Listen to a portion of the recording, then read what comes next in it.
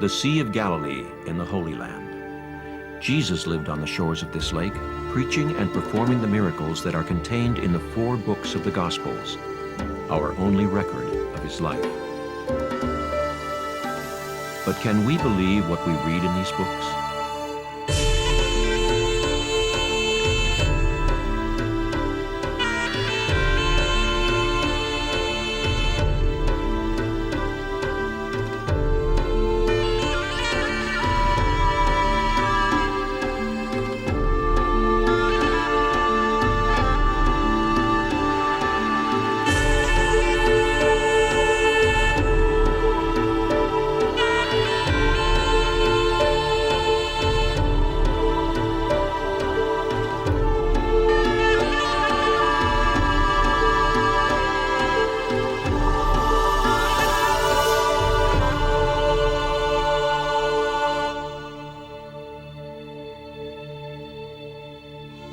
Until very recently, we assumed the Gospels were written long after Jesus died, tales handed down from one generation to another, at best a collection of distant memories. But new evidence found in this library at Oxford University could change that. Not since the discovery of the Dead Sea Scrolls has there been such a potentially important breakthrough in biblical research.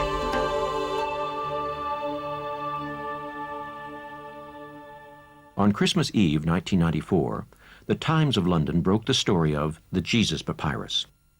It told of a Professor Karsten Tiday's extraordinary claim that 3 fragments of the Gospel of St. Matthew provide proof that the Gospels were written and read by people who saw the resurrected Christ with their own eyes. The man who broke the story was Matthew d'Ancona, now deputy editor of the Sunday Telegraph. He was working on the Times of London when he first heard about the Jesus Papyrus. My first feeling about the story was that there was obviously something quite extraordinary. Here was a fragment of papyrus in Oxford, 3 tiny scraps from St. Matthew's Gospel, we knew that. And here was a German scholar I'd never met claiming that they were incredibly early, perhaps as early as 60 AD, which even to someone like myself who didn't know very much about the subject seemed an astonishing claim. Until now, the only physical evidence of when the Gospels were written was a small fragment of the St. John's Gospel. This was dated to 125 AD.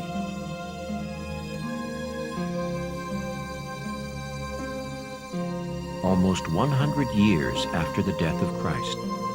Anyone who witnessed the momentous events of his life would have been long dead. According to Tiday, the Jesus Papyrus offers new physical evidence that the Gospels were written far earlier, based on eyewitness accounts, providing the first link between the written Gospels and Christ's own lifetime. These 3 tiny fragments, together no larger than a credit card, are not very impressive to look at. They have writing on both sides from chapter 26 of the Gospel according to Matthew. In total, 6 phrases in Greek. On each scrap, it is possible to read a few words. They come from the verses concerning the last days of Jesus' life.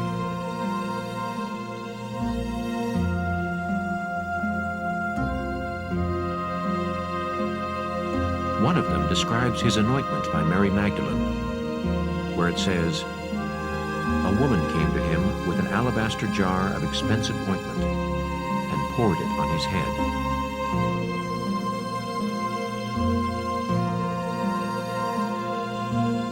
On another piece is his betrayal by Judas, where it is written, "The man called Judas Iscariot went to the chief priest and said, 'What are you prepared to give me if I hand him over to you?'"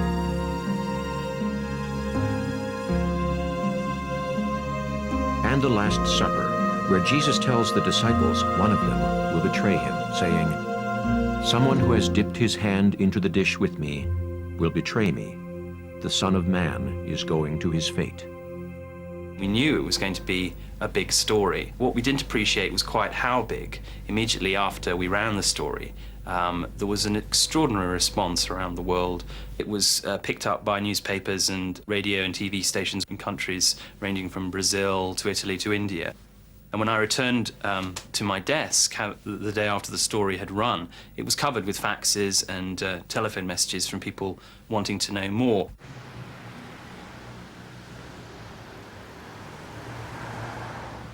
And although the majority of the people who contacted d'Ancona in the weeks after the story ran were excited by Tidé's findings, the response he got from one of the leading experts was distinctly negative. I don't think that he's correct in his claim that these little fragments of Matthew's Gospel can be dated to the middle of the 1st century. Along with nearly all experts in the field, I think that these fragments were written towards the end of the 2nd century. All the evidence points in that direction, and that has been the generally held view for some 40 years now, and I see no reason to modify that view. Graham Stanton is the past president of the International Society of New Testament Scholars and a professor at King's College, the University of London. Although one of the leading opponents of Tidé's claim, he sees its appeal. People are always interested in something new to do with Jesus. In this particular case, the claims are rather unusual in that instead of pouring scorn on Christian faith, which happens now and again in the media, it's really the reverse.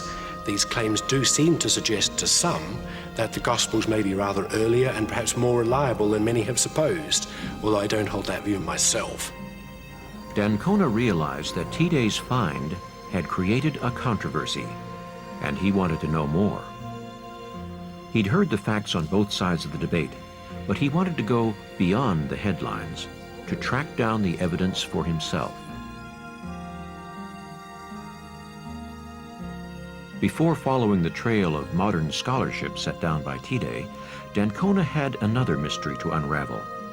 How did an ancient Greek document find its way to Oxford and come to the attention of a German scholar?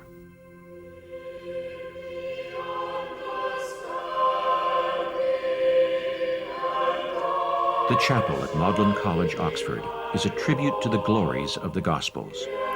Here it is easy to see the traditions in music, art, and culture that they have inspired. The Gospels are among the most important books ever written, nothing short of the building blocks of Western civilization. It was in the library of this college that Carsten Tidé first saw the Jesus Papyrus.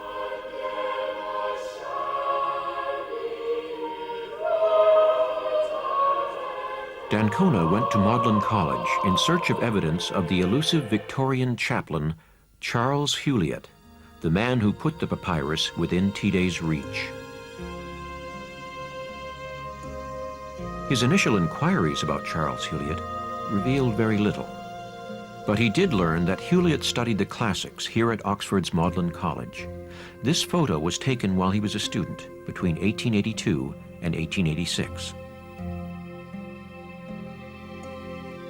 He would have studied many ancient documents, including the Gospels in their original Greek. This knowledge would enable him years later to recognize the tiny fragments of the Jesus Papyrus as verses from the book of Matthew. After graduating, Heuliot moved here to Oxford's Wycliffe Hall to train as a minister. At Wycliffe, he was given an evangelical education. The evangelicals believed that the Gospels were literally true in every detail. Heuliot would have graduated from Wycliffe with a solid faith in the evangelicals' teachings and a desire to spread the good news of the Gospels.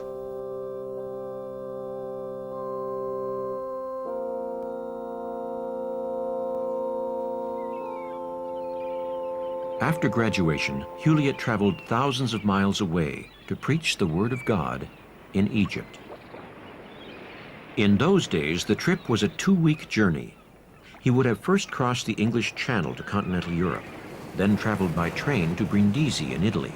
From there, he would have taken a boat across the Mediterranean Sea and then continued by train to Cairo, the capital of Egypt. The final leg, a steamer journey up the Nile to Luxor, would have taken about 6 days.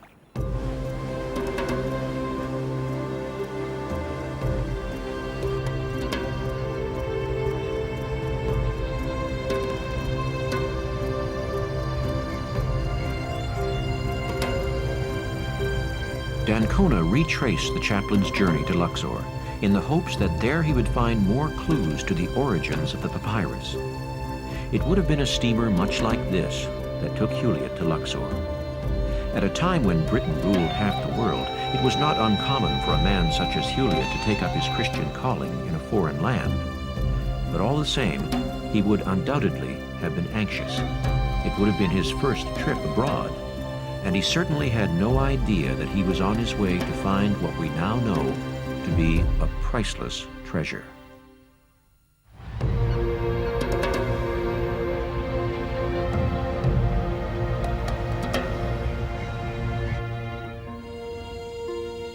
Matthew d'Ancona was on the trail of Charles Huliat, the man who discovered the Jesus Papyrus. After graduating from Oxford, Huliat traveled to Luxor to minister to the religious needs of Western tourists. Many would have been clutching this guidebook, eagerly anticipating their first glimpses of the newly excavated temples and tombs. After all, this was the beginning of the age of mass tourism. The entrepreneur Thomas Cook was opening up Egypt to travelers from all over the world. For the first time, Cook offered ordinary Victorians the excitement of foreign travel to exotic places. Most came to see and be photographed by the great temples, pyramids, and other ancient monuments that lined the Nile. And it was a good business. In 1898, Egypt played host to 50,000 visitors.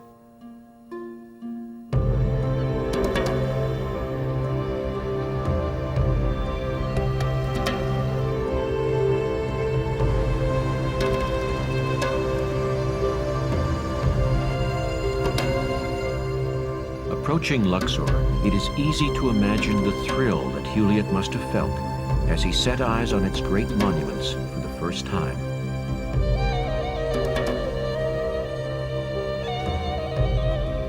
The sudden sense that his long journey across a continent and into North Africa had been worthwhile.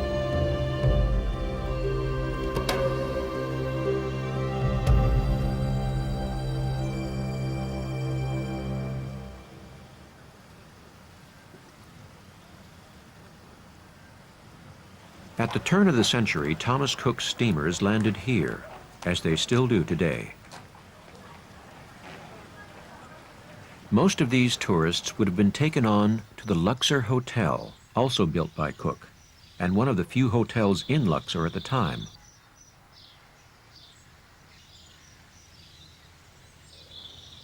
Opened in 1877, it was the jewel of the Thomas Cook Empire, providing top-class accommodation to travelers who would often stay for many weeks.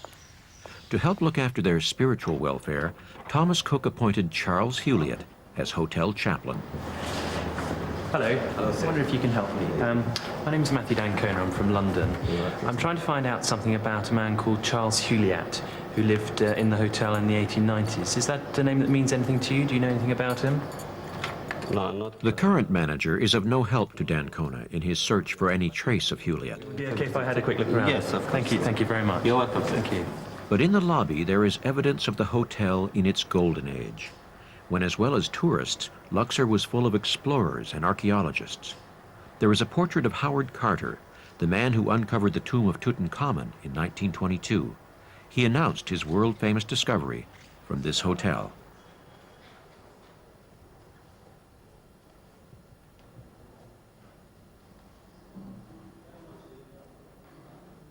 There are paintings by David Roberts, a Scottish artist, who executed a famous series of pictures of Egypt in the 19th century, this one of Luxor Temple.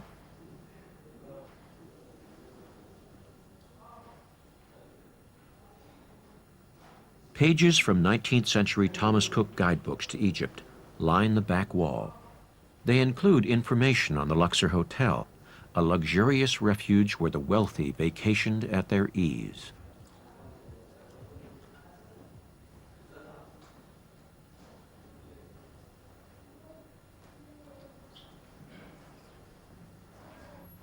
It was in the furthest corner of the lobby that d'Ancona found what he really wanted: evidence of Juliet's place in the history of the hotel. A page from the 1905 edition of the guide explains how guests can attend the services given in the hotel by Reverend C.B. Juliet at 8 a.m., 10:30 a.m., and 6 p.m.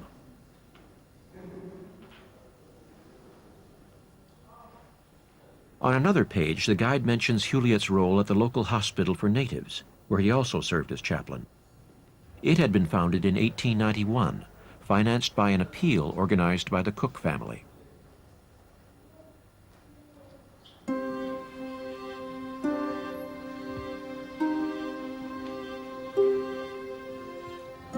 Juliet seems to have been happy here. In one of the few letters he left behind, he wrote how any detailed report of the winter's work would have to consist chiefly of the record of the kindness of all with whom I was brought into contact. The presence of a resident winter chaplain in Luxor had, he said, become well known among travelers on the Nile, so that in many cases they shaped their plans accordingly and arranged to be at Luxor for Sunday, both on the voyage up and when coming down.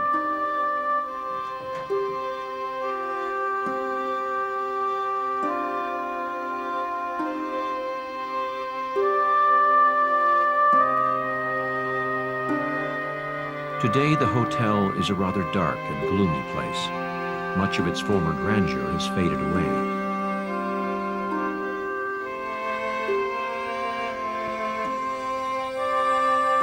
But on the terrace, the view is exactly as it must have been in Juliet's day. Across the garden, there is a glimpse of the magnificent Luxor Temple, just a stone's throw away.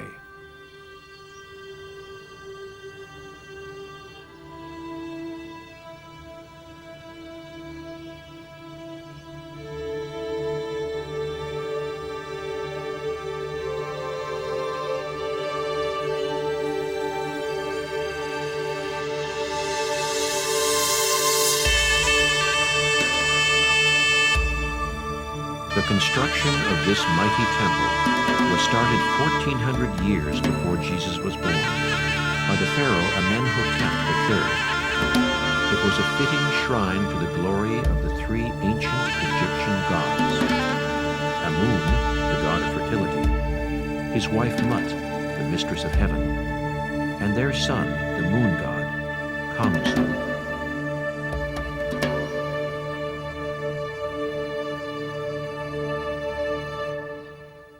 During the millennia that passed, the temple's importance to the people diminished. In the 19th century, much of its structure was buried by sand, silt, and mud. Merchants plied their trade in its grounds, uninterested in the glory beneath. When the Victorian tourist began to arrive, it was being excavated and restored to its former glory.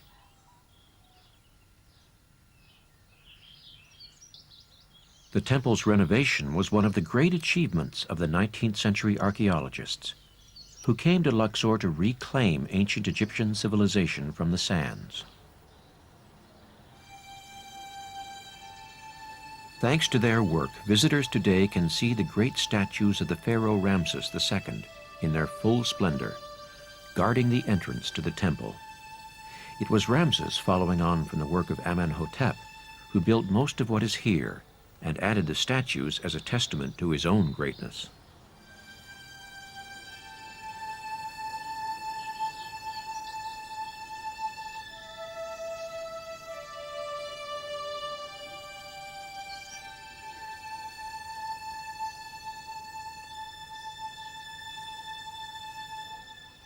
The beautiful reliefs, preserved by the sand for thousands of years, honor the gods to whom this temple is dedicated.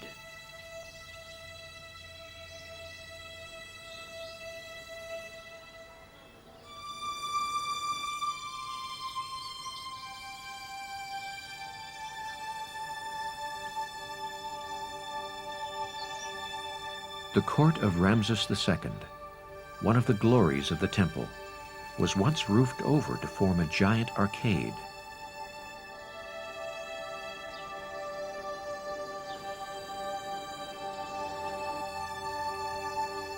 Dancona's research told him that the temple was one of Huliet's favorite places. He visited it regularly, marveling at the scale of these majestic monuments from this ancient civilization. But what fascinated him most was not the work of the ancient Egyptians, but the much more modest traces left by the first Christians who came here more than 1,000 years later.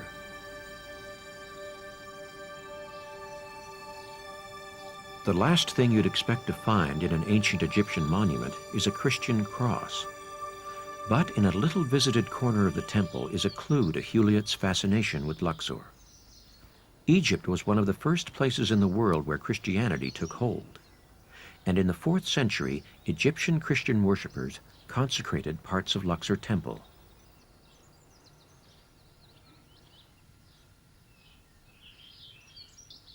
The Christians converted this part of the temple into a chapel. They were offended by the pagan images that surrounded them. You can just see where they plastered over the ancient Egyptian reliefs and painted their own holy images. In other places, there are still traces of their censorship. They chiseled out the bare arms, legs, and faces carved out by the ancient Egyptians.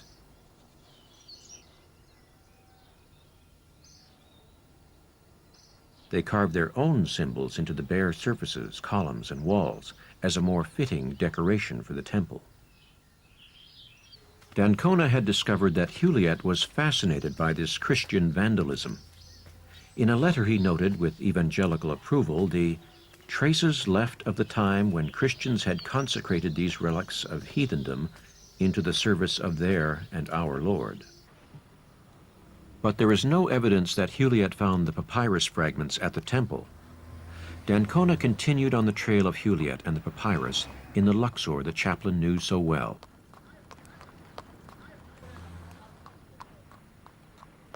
He traveled by horse and carriage, just as Huliet would have in his day. Passing by the west face of the temple, magnificent in the late afternoon light, Dancona found that it is only a short ride to the hospital where Huliet served as chaplain.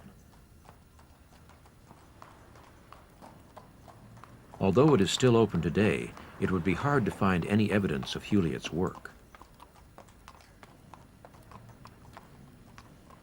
As in so many other ways, his life and achievements have been forgotten.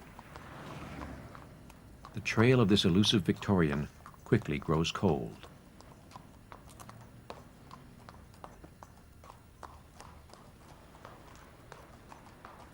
But it was somewhere in Luxor that he found the fragile fragments of the Jesus papyrus. Further investigation would be required before Dancona could link the papyrus to Huliet and this town.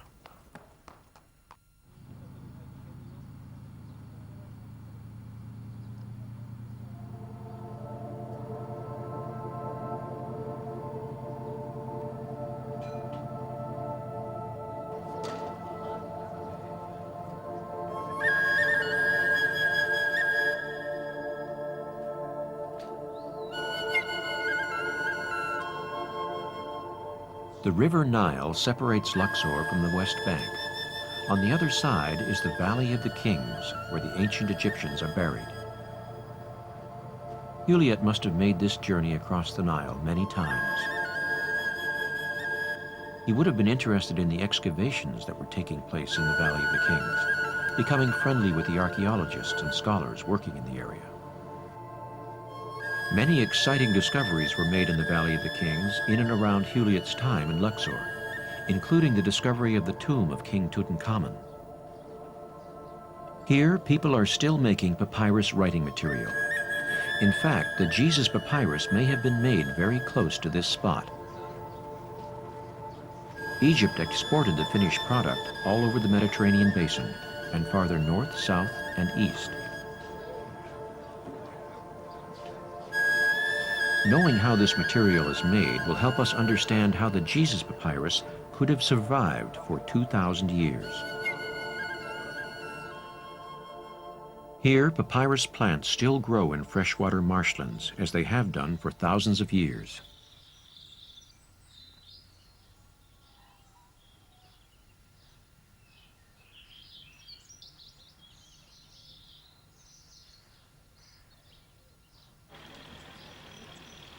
These workers follow the same methods that were used at the time the Jesus papyrus was written.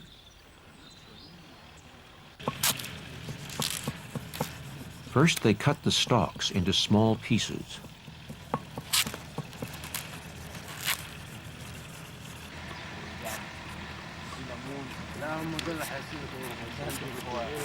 Then they slice them carefully into narrow strips.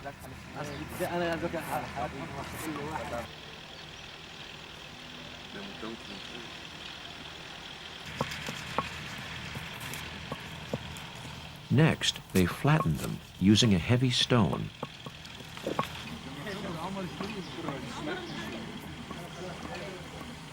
And place them in water for a couple of days to soften the fibers.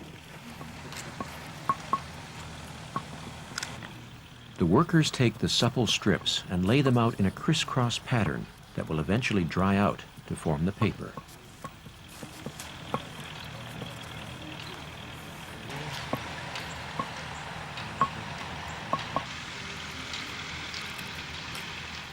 Once they have assembled a sheet, they place it between two boards to squeeze out all the water.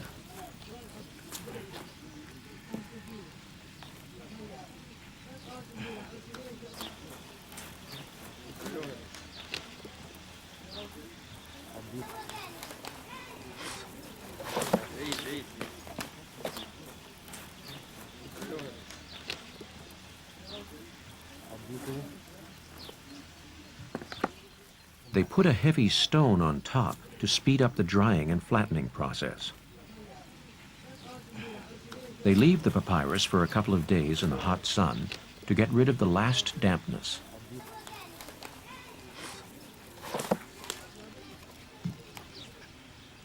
The writing material that emerges at the end is strong and flexible.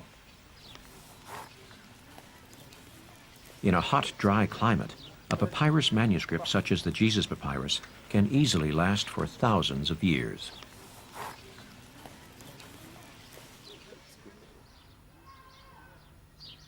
The scribes who wrote on the fragments Huilliet found would have used a reed pen to shape the tiny letters on the papyrus. Sometimes papyri were also decorated using bright pigment, as these craftsmen still do today, recreating the spectacular designs and symbols of ancient Egyptian civilization.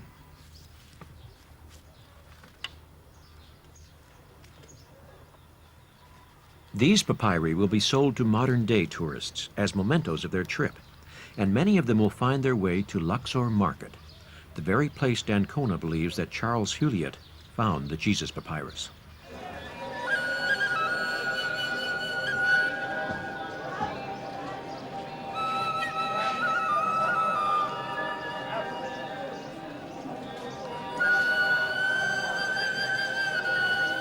Huilliet would have come here often, on the lookout for ancient artifacts.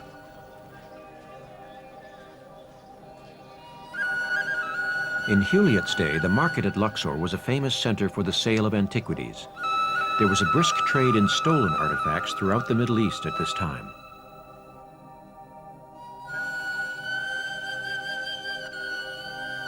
Communication and the exchange of goods between the various outposts of the ancient Roman Empire date back more than 2,000 years. Huilliet's education in the classics would have taught him this, so that when he came to the market, he would have been on the lookout not only for Egyptian antiquities, but for Greek and Christian artifacts as well.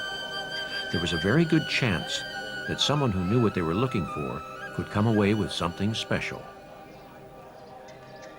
Today the market is much as it was then, but one can only buy souvenir papyri in the bazaars and antique shops of the town.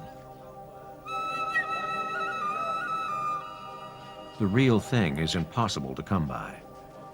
Even with what little we know about Huilliet, it is not hard to imagine his excitement when he first caught sight of the papyrus fragments. They would have been lying on a market stall, much like this one. Juliet would have immediately recognized the brief passages from his beloved Gospels. What's the oldest papyrus you've I got? have about 75 and about something like that. It wouldn't be possible to get something, say, 1,000 years old or 500 years no, old. you don't find like that. Where would I go to get something This is that the old? tomb. You find You'd have this to in go the to- tomb, you'd yeah. have to go- and In the there are not tomb, places in Luxor where you could buy them now? No, You couldn't go never, and buy never, something that never, you old? find, never you find that it's free in the shop. You find, never just, find- yeah, you just find this is in the temple in the tomb. As today, he would have bartered for the lowest possible price, doing his best to disguise his mounting excitement. So I'd like to buy this one. All right, 15. I will give it to you. I will 10. give it to you discount. I will make it £5 about. I will give you for 15. 10. All right, if you want to Special buy deal. some more. No. Just this one. And then we go. All right, I will give you because this is first time you come in Egypt. Okay. All right? And I want to know you. Okay. And there I we will go. give you 50%. This is for hospitality. All right? Thank you very much. All right. Let's shake hands. Nice to meet you. As Juliet walked down this street, he would have known that his precious fragments, written in ancient Greek, were very old. He would have taken them back to his hotel to study them.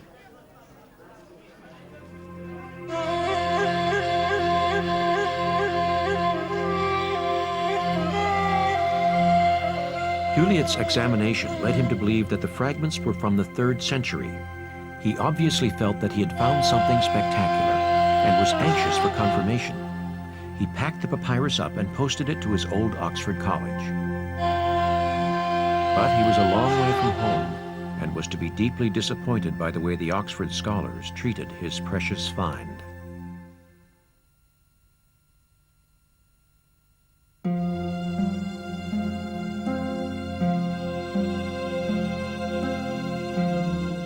In October 1901, the Reverend Charles Juliet sent his 3 scraps of papyrus to Oxford. He hoped his college would be as thrilled as he undoubtedly was by the discovery. This is the envelope he sent them in. Matthew 26 refers to the verses from the Gospel written on the Jesus papyrus. But he also wrote on the envelope, "These found year after, but evidently from same leaf." This suggests that Juliet had already sent some other fragments from the same papyrus. Unfortunately, there is no trace of them today. We will never know what ancient mysteries those lost papyri might have solved. Juliet waited anxiously for an acknowledgement from Magdalen that it had received his precious Jesus papyrus, but none came.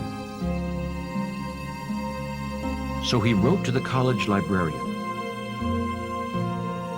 "I hope the papyrus fragments arrived safely. They were dispatched by registered post on October 11th or 12th by my mother, but I find that neither she nor I have heard of their arrival." Juliet's letter is the only record of his discovery and gift of the Jesus papyrus, now the most widely discussed fragment of the New Testament in the world. What no one bothered to tell Juliet was that his papyrus had been sent on to this man, Arthur Hunt. Hunt was one of the leading experts in the preserving and dating of ancient papyri. Hunt had secured his reputation with his work on a huge find of papyri at Oxyrhynchus in the Egyptian desert. The papyri were discovered preserved under the sand in an ancient garbage dump outside the town. They included hundreds of lists, letters, and poems. To this day, it is the largest single collection of ancient papyri ever found. According to Hunt, fragments from books, like the Jesus papyrus, could be dated no earlier than the late 3rd or early 4th century. So it is no surprise that when he reported back to the college, he gave the Jesus papyrus a late 4th century date, hundreds of years after the death of Christ. He noted nothing exceptional about the fragments.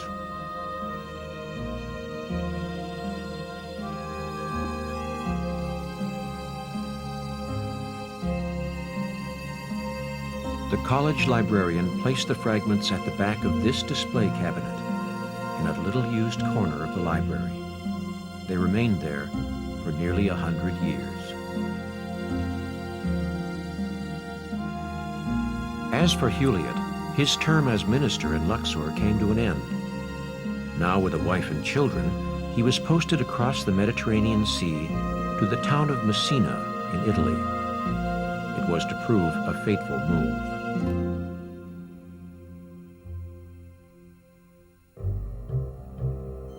On December 28, 1908, Messina was devastated by the most destructive earthquake ever to strike the Western world. In just 25 seconds, 150,000 men, women, and children were killed in their beds. 98% of Messina's buildings were destroyed.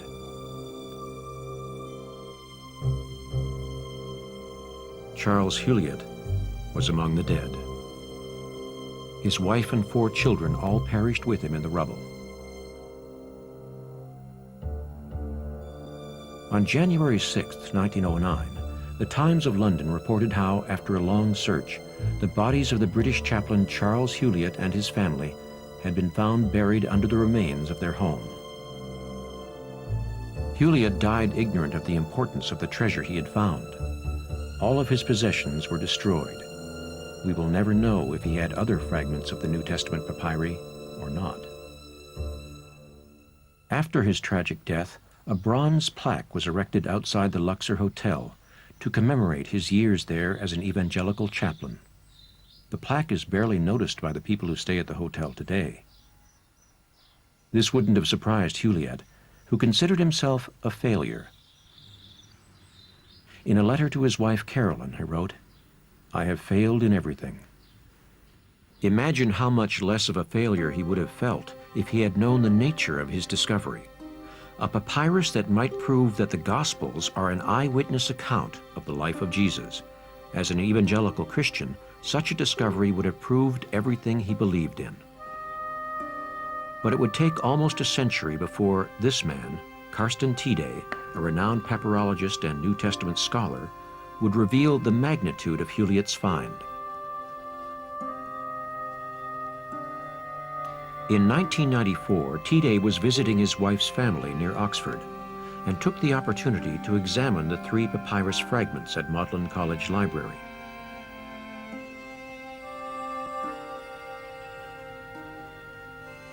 He had read the reports of previous papyrologists and seen copies of the fragments, but this was his first chance to see the originals.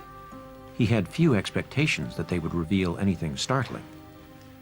But when Tidé set eyes on the Jesus papyrus, he knew it was something special.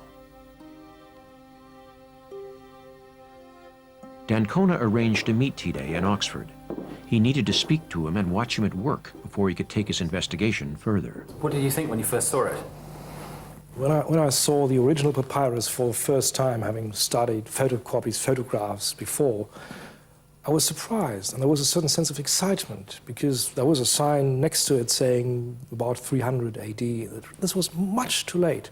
And you could see that from looking at the original, that the photographs were misleading and that people hadn't seen certain details on the papyrus, details of handwriting. So it was a gut reaction, a gut impulse that must be older. And then I had to go back and study comparative material to find out how old it really was. But the sense of excitement, that was there initially. Tidé's experience told him that these fragments from the Gospels might be the oldest ever found. Fragments from a manuscript so old that it could have been written by people who had lived with Christ and seen the dramatic events of his life with their own eyes. The implications of Tidé's findings are far-reaching. If he is right, it changes the way we read and interpret the Gospels. It also provides material proof of the life of Christ to both believers and non-believers. His excitement was understandable. Crucial to the implications of his findings was the significance of the eyewitness period. The Gospels could not have been written before the death of Christ in 30 AD. Because all 4 Gospels tell the story of the crucifixion, they must have been written sometime after Jesus' death. People who had witnessed the life of Jesus and could have written down what they saw are said to have lived during the eyewitness period. It is generally agreed that the eyewitness period ends at about 70 AD. This was the year the temple in Jerusalem was destroyed and the Christian community was dispersed. This period is crucial to Tidé's case. The closer Tidé can get the date of the Jesus papyrus to the date of the eyewitness period, the more significant his findings. Before Tidé began his work to date the papyrus, he set out to decipher every letter and mark to see if the Jesus papyrus would reveal a new reading of the Gospel of St. Matthew. To the papyrologist and New Testament scholar, a new interpretation of the Gospels based on ancient manuscripts is at least as important as one based on redating. Since many of the letters on the papyrus were damaged, deciphering it accurately required more than a knowledge of Greek and a good eye. Fortunately, Tidé was able to bring state-of-the-art technology to the task, a uniquely sensitive and powerful laser scanning microscope. This microscope is capable of differentiating between 20 separate layers of a papyrus manuscript and of measuring the height and depth of ink on the papyrus sheet. The computer uses this information to build a three-dimensional image of each individual letter or ink mark. Things that the human eye or even a normal-strength microscope might miss cannot escape the intensity of the laser. Tidé used the microscope to examine this black circle of ink on the Gospel fragment describing the Last Supper. Previous scholars working without this tool assumed it was part of a damaged letter. The microscope scanned the papyrus with its laser. The computer then calculated the depth of ink on the disputed black circle and compared it to the depth of ink on an undamaged letter. The microscope tells us that this rot of ink in the center of the image has a depth of ink of 4.0 micrometers, whereas any letter, any true letter on the same papyrus, on any of the fragments, has a depth of ink of 12.1 micrometers. So the answer is 100% certain. It isn't part of a broken off letter. It isn't a punctuation mark. It is an accident of the scribe, an accidental rot of ink, a speck of ink left on the papyrus. Scholars used to think that the speck of ink was either a punctuation mark or a damaged letter. But Tidé's research shows that it is actually just an accidental blot of ink left on the papyrus by the scribe. This identification changes the way the verse of the Last Supper is read and translated. Well, let us try and visualize the scene. There is Jesus and now the 12 disciples at the Last Supper. And Jesus suddenly predicts that one of them will betray him. So they all say, all 12 of them, including Judas, who will betray him, indeed, Lord, surely not me. We used to think that the disciples were speaking one after the other after that dramatic prediction of Jesus that one of them will betray him. This sounds slightly odd. You wouldn't expect 12 men to reply one after the other in such a dramatic situation. Now, the Jesus Papyrus tells us that in fact they were speaking up at the same time, all at once, in that situation of high drama and excitement. So the Jesus Papyrus gives us a new and far more convincing description of what actually happened at the Last Supper than do today's most widely used Bibles. So with the new reading, which is in fact the oldest possible reading, we are back at the historical scene, back with the eyewitnesses who saw it and reported it and had it written down. Unfortunately, the laser scanning microscope can't reveal a precise date for the fragments. Radiocarbon dating is also of no use in dating the Jesus Papyrus for a number of reasons. First, the fragments are too small. Secondly, the test would date the material, but not the handwriting. And finally, the date yielded using this method is only accurate within 50 years. To come up with an exact date for the papyrus, techniques of comparison are still the most valid. For this, Tide would have to reach out to the ancient rather than the modern. Well, when you want to date a papyrus, you will have to use several methods, approaches. The most common and most important one is what you call comparative paleography. That is, you compare your undated piece of papyrus to other manuscripts which are either dated or datable, which means they come from a site, an archaeological excavation, where you know this is the latest or the earliest possible period when anything found there could have been written. Comparing handwriting is the most important and difficult task of the papyrologist. In antiquity, the handwriting used by scribes changed significantly over time. Handwriting from the 1st century AD would look very different to that done 100 years later, in much the same way that handwriting from Huliat's era is noticeably different from our own. So when you have a papyrus with no date on it, you have to compare it to documents in a similar handwriting style whose dates are known. You have to find another manuscript that matches the style of the one you are trying to date. And to be sure of a date, you must do this with several different texts. Comparable papyri, comparable manuscripts can be found all over the world, in archives and library and museums. But what you want to do is to go back to the sources where most of the important papyri, those we need for our work, were written or were discovered by archaeologists. And in our case, that's Israel, that's the Holy Land, with Qumran, the Dead Sea Scrolls, with some of the wadis, the Nahal Hever, and even the fortress of Masada. At all of these places, parchment, leather, papyrus fragments were found, even inscribed pieces of pottery, potsherds, so-called ostraca. And all those belong to a dated or datable period. So we can use them, we must use them, we must go there and look at them, and indeed look even at the places where they were found. To find out why you think the papyrus is as old as you say it is, I have to go to the Holy Land.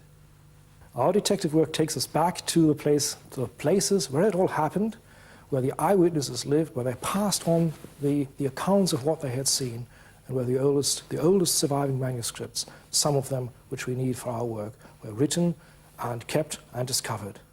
So it is time now for Matthew d'Ancona to follow Tide's footsteps. First, to Nahal Hever.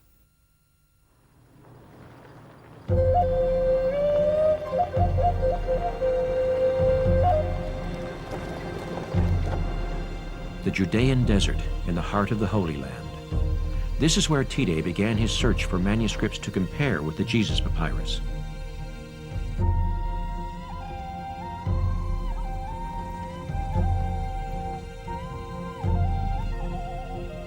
Many such documents have been preserved here in the Judean desert. As in Egypt, it is the dryness that allows ancient manuscripts to survive for so many centuries.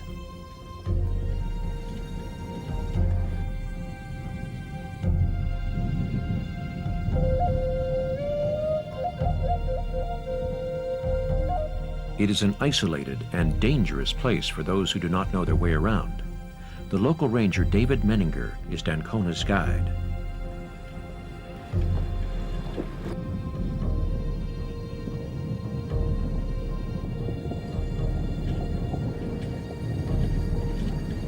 Traveling deep into the land where Christ once lived, we are heading for the first piece of evidence that Tide needed to prove his theory.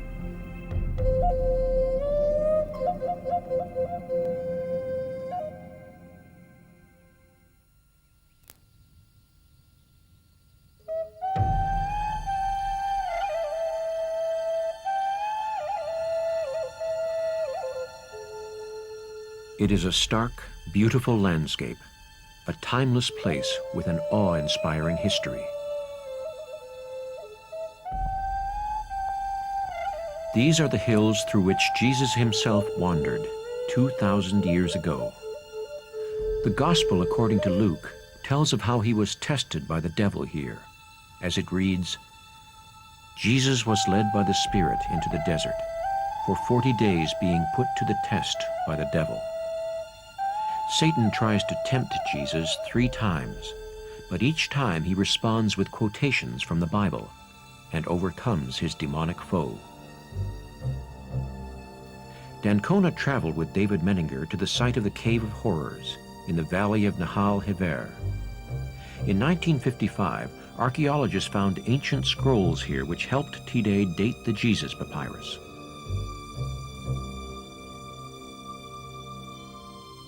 The history of this whole area is dark and tragic. In 135 AD, the Jews rebelled against the occupying Roman army. Led by the great Jewish leader Bar Kokhba, they tried to expel the Romans from the Holy Land. But in the carnage that followed, the Roman army slaughtered more than 500,000 rebels and their supporters. The last surviving rebels made their way to this part of the desert to escape from the Romans. In the cliffs dominating the valley, hundreds of feet down, they found a tiny cave to hide in. Above the cave are the remains of the camp the Roman soldiers built to besiege the rebels hiding below.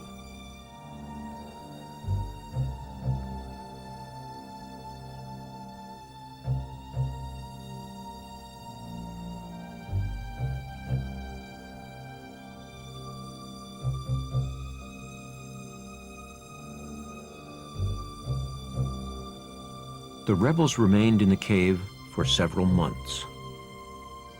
Not surprisingly, the Romans won this ruthless war of attrition.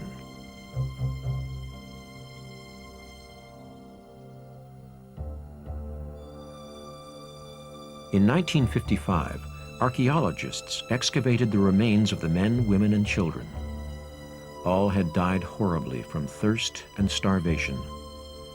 No wonder they call this the Cave of Horrors. As well as bones, they found their possessions, and most importantly for Karsten Tidé, they found manuscripts. And these gave him a firm date. None of the manuscripts could have been written after 135 AD, the date of the massacre. This is one of the manuscripts found in the Cave of Horrors. It comes from the Scroll of the Minor Prophets.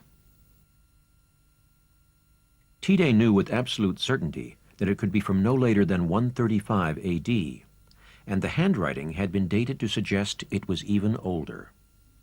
He found that the handwriting on this scroll bore remarkable similarities to the Jesus Papyrus. First, he found its general appearance is comparable to the Jesus Papyrus. The letters are straight and upright. There are no punctuation marks, and no gaps between the words. Then, when he looked at specific letters, Tidé also found revealing similarities. The letter rho extends below the natural line on both documents. The horizontal bar on the etas is slightly above the median height between the two lines. These features are highly unusual and are evidence that the scribes who produced the two documents were writing at the same time. The date assigned to the Jesus Papyrus when Tidé found it was close to 300 AD, but Tidé's work shows how similar it looks to the scroll at the Cave of Horrors. And because that scroll cannot possibly be later than 135 AD, we have a new date for the Jesus Papyrus. We have taken a dramatic leap back in time, but Tidé still has to bridge close to 70 years to show that the Jesus Papyrus actually fits into the eyewitness period.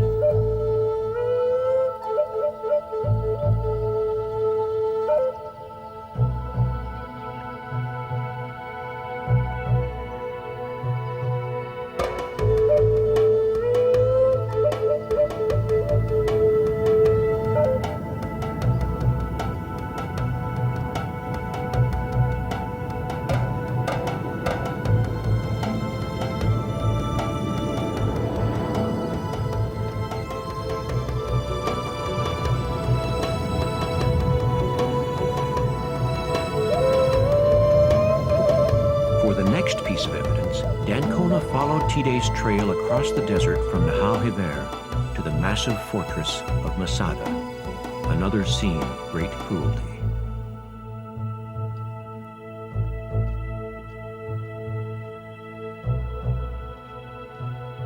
This giant rock rises 1,300 feet above the desert floor.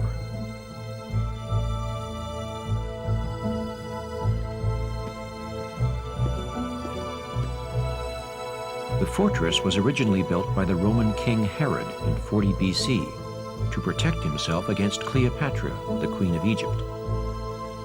But in 66 AD, Jewish nationalists, known as Zealots, captured Masada from the Romans. The capture of the fortress was one in a series of attempts to drive the Roman army from the Holy Land.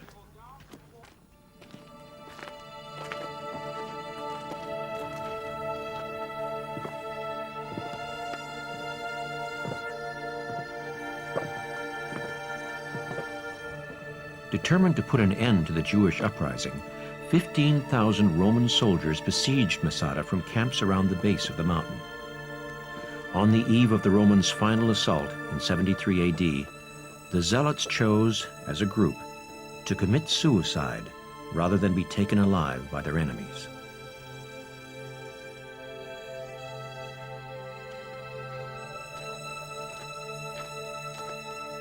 When the Romans broke through, they found that of the 900 people who had taken refuge here, only 2 women and 5 children had survived. The flat plateau is surrounded on all sides by a sheer drop. Looking out from here, it is easy to see why Masada was such a good natural fortress. The Dead Sea is to the right, and in those days would have been much closer to the foot of the fortress. To the left, the vast expanse of the Judean desert. This is the view that the ill-fated rebels saw on their last morning alive.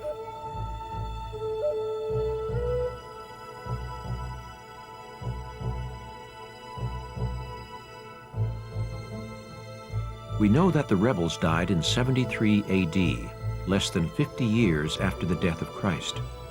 So it is possible that some of the older men and women who committed suicide here had actually witnessed Jesus' ministry in Galilee, just north of Masada, and even his crucifixion. And because Masada was then left untouched until it was excavated by archaeologists in 1966, anything found here which could relate to the Jesus papyrus would have a dramatic impact on Tidé's theory. It would bring us a step closer to the eyewitness period.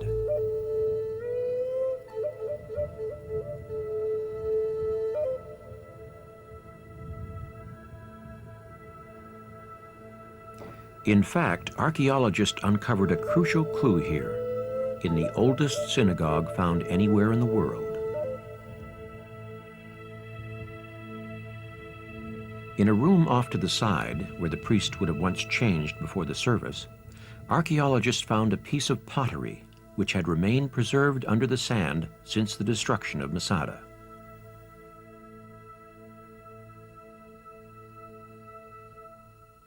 This is the piece of pottery. It has the word Leah written on it in Greek.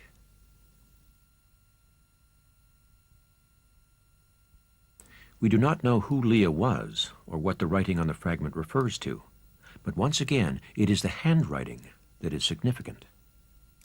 Tidé found its handwriting style was almost identical to that of the Jesus papyrus. Once again, the general appearance is the same, unlinked upright letters, a style of handwriting known as unseal. Crucially, individual letters also share almost identical features. We can see that on the alphas, the middle line is diagonal in form. It begins on the bottom left and moves at an angle towards the top right, rather than being horizontal.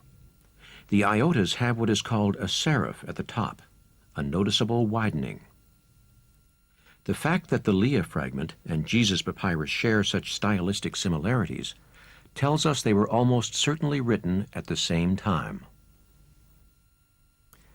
The fragment found at the Cave of Horrors took the dating of the Jesus papyrus back in time to before 135 AD. But the evidence from Masada takes it even further back to before 73 AD, the year Masada was destroyed. So we are now just a few years off the eyewitness period.